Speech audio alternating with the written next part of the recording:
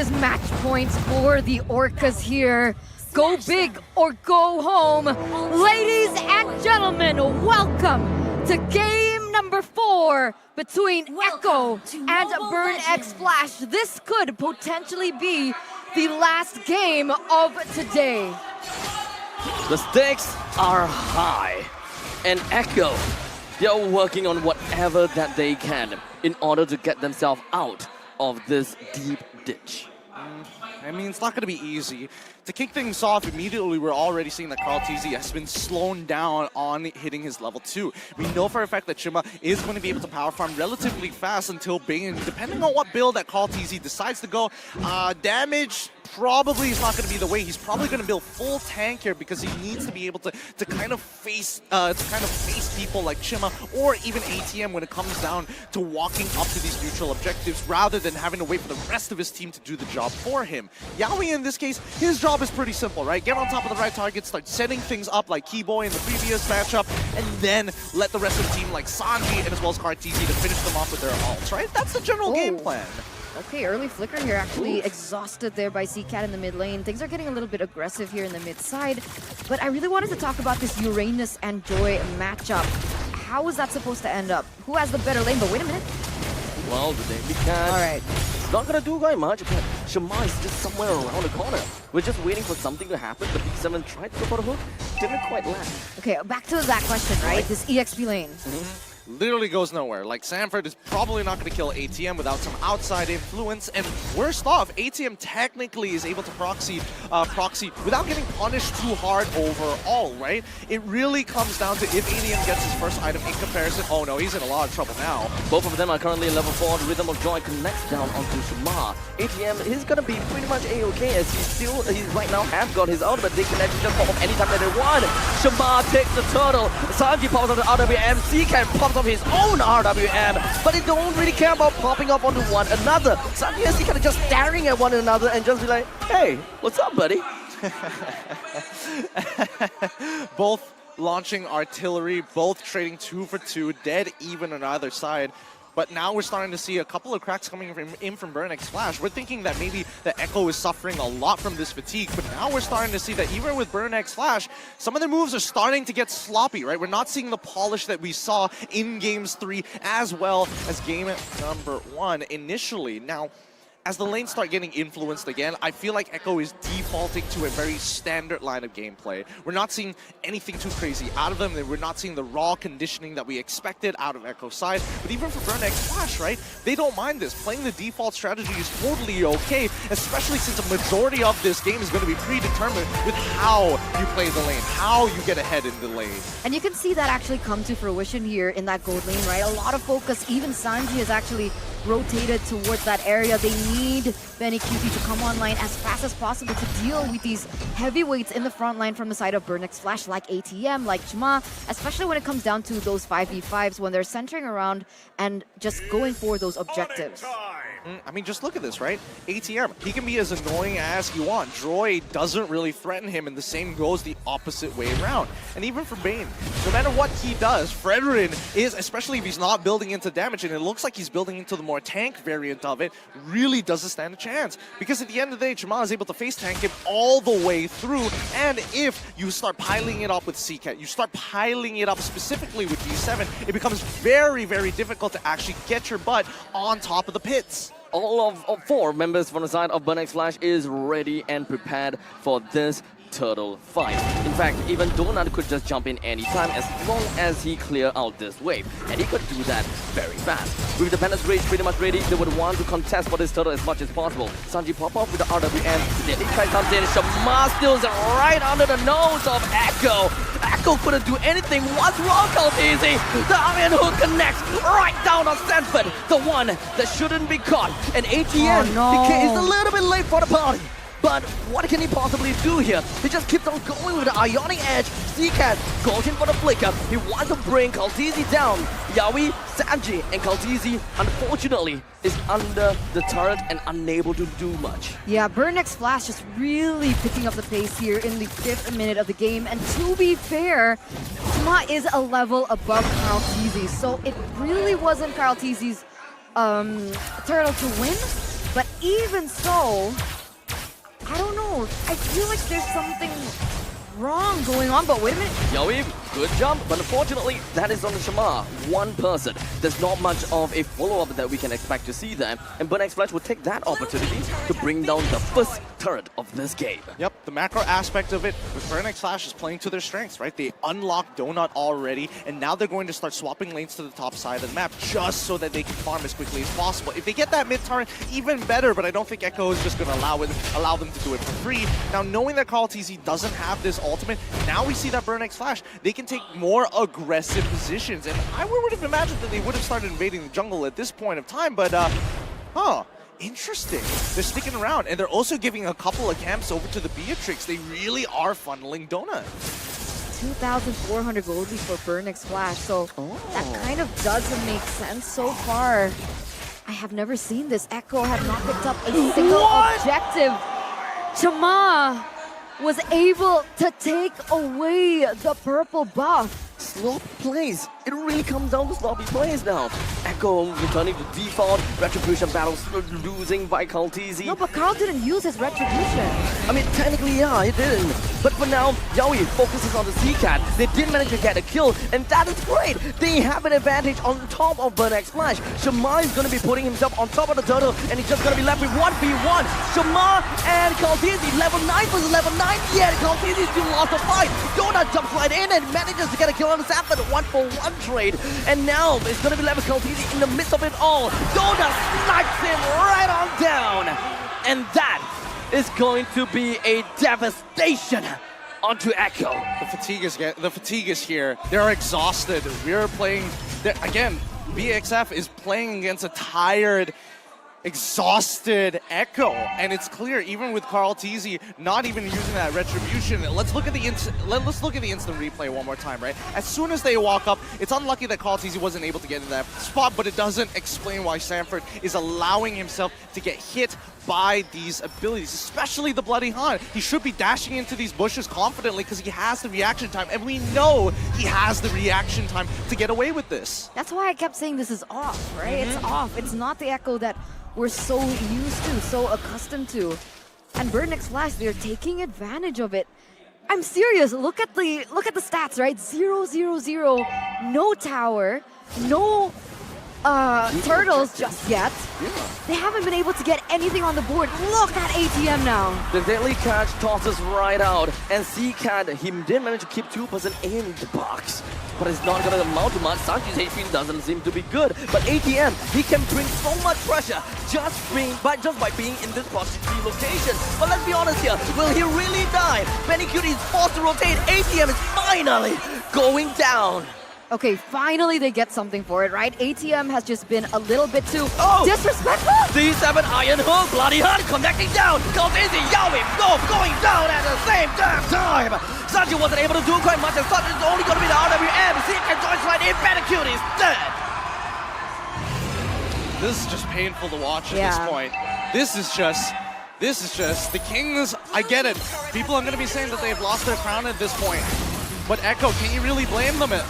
They're trying their best. They're trying to put everything on their table. These young players are tired, and BXF, they've come off of a fresh break after their best of 5 series, and they watched everything go down. And now, I mean, just look at this instant replay. How many things could have gone better? The instant pickup from that Iron Hook. Even Yowie still trying to make it work by jumping into the middle of that fight. But it was the setup beforehand. The fact that ATM specifically getting a majority of the big spells from the side of Echo put him in this position, right? They knew what cooldowns were gone. They knew it. And BXF just set up on the opposite side, knowing how many camps were missing on the bottom side. I don't wish to question Benny Cutie. I was about to mention, But the flicker seems like it's an accidental tap. Because whenever you tap on the flicker, it goes towards your opponents. Oh, I don't know. Because I was about to point that out too, right? I thought that it was an unnecessary engage that Benny Cutie took there. Understanding, like you mentioned, the cooldowns and the calculations. It's not Benny Cutie style. 8,000 gold lead for BXF in the first 10 minutes. and it's looking like they want more. It is so different. It's an RWM on top of an RWM. Sanji forced to flicker out of that. But Netbridge touched onto Kaltizi, but in the meantime, that is going to be Yawi. They're just going to be jumping over to the back line, followed by the Bloody Hunt, locking them down as much as they can. Sanford's still going to be alive so far. CCAT, D7, ATM, and Shama will have no choice but to back off after a 1-for-1 trade with Donut, the dead guy. Even on fumes, Echo still finds the angle, and I'm surprised they decided to try to make the attempt because Sanji had already used the RWM. Kaltizi had already used the Deadly Catch at that point of time. But let's look at the items, right? They still haven't lost any inhibitors. I'm not seeing the damage just yet. I've seen the carry currently only add 2 items. They still need to have, at the very least, a Demon Hunter Sword to really start the profit. He's a little bit of gold off. So far behind. But I guess now Echo is in a foot in the right direction, right? They really just want to buy a little bit more time for Benny Cutie to start getting those integral items to the kit and the damage that we know carry to be. Later on, these frontliners coming in from Burn X Flash should not be as, I would say, dominant with the way that they have played so far. But do they have the time towards to do that? This situation really feels like a chicken and egg kind of thing. They want to drag the game for Benny Cutie, but in order to do that, they have to take neutral objectives. But Kaltizi is low on level 12 versus level 14. And the freezing of the lanes, right, from Burn X Flash, it's really just drying them out. Yeah, you have to starve them out. If you're in Burn X Flash's position, this is still war, right?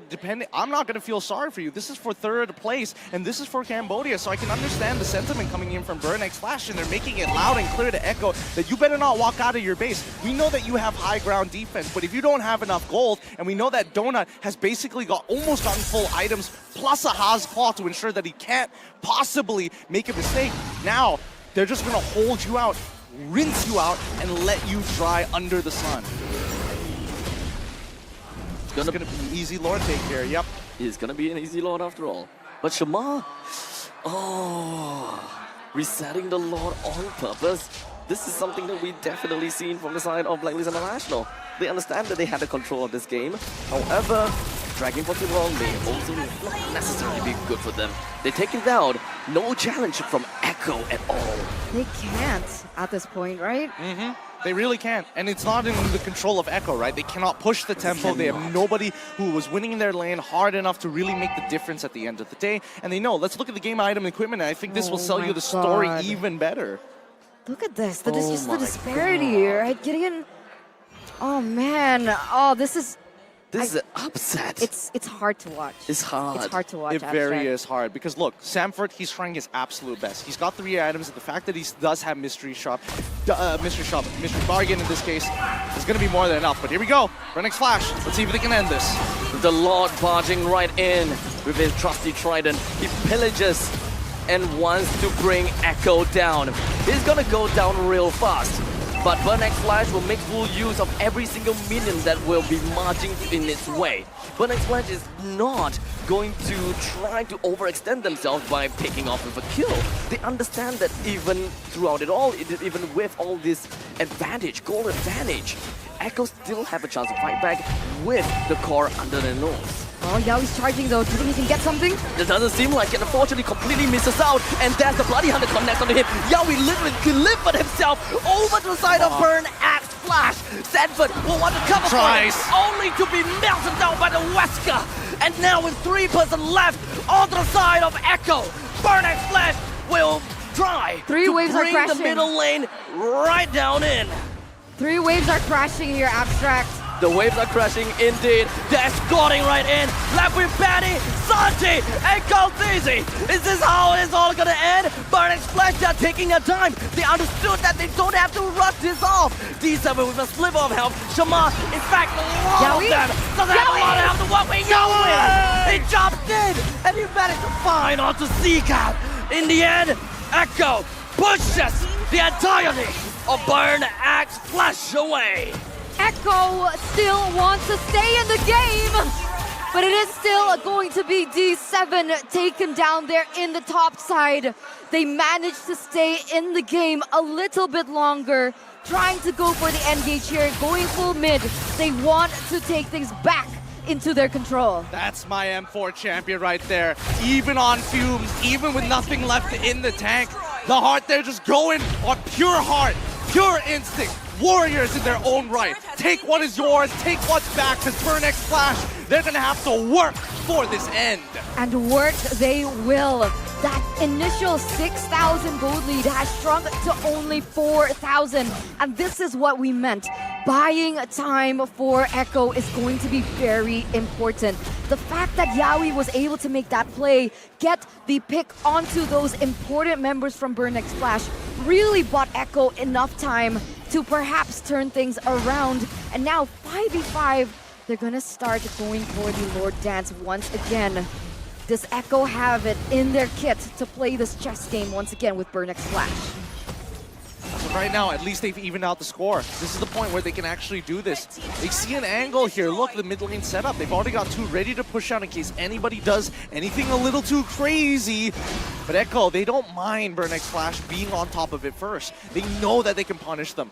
Look at the response coming in from Burnex Flash. Sending Bodona. Wait, the conceal play. The conceal play going all the way around here, looking for an opportunity. They're looking for carry. Yaoi jumps right in, and that is going to be a stun, but unfortunately, D7 will still stay alive. Kaltizi works his way. He's going to be running back. He needs to ensure that he's still going to be alive. He needs to ensure that the entirety of the team keeps him alive. Donut all the way to back. The entirety of BXF. Their hit me is not looking good at all. As Echo now rampages through. They are on a mission like a man possessed. And Burnex Flash, they have nowhere in hell gonna get back into this fight. AGM being chowed down like a hungry toddler. Shamar wants to take on the retribution battle. Echo takes this game just for now. 4-for-1 trade. Look at the death timers. Ladies and gentlemen, is this it for Burnex Flash? And now Benedict Cutie. It seems like this is gonna be the end. And we are going into a 5-game series. That's my world champion. That's my world champion pick. Second win, pulling it to game number 5. They said they want to put on a show for Burnex Flash. They're going to make them work for every inch of soil. Wow, we're pushing it to game 5, ladies and gentlemen. Echo really showing what it means to be the Apex Predators. They're not going to go down with a fight. And that was an interesting chain of events. Echo, for the most part, were looking distraught. They weren't looking in form. They were looking like, you mentioned, on fumes.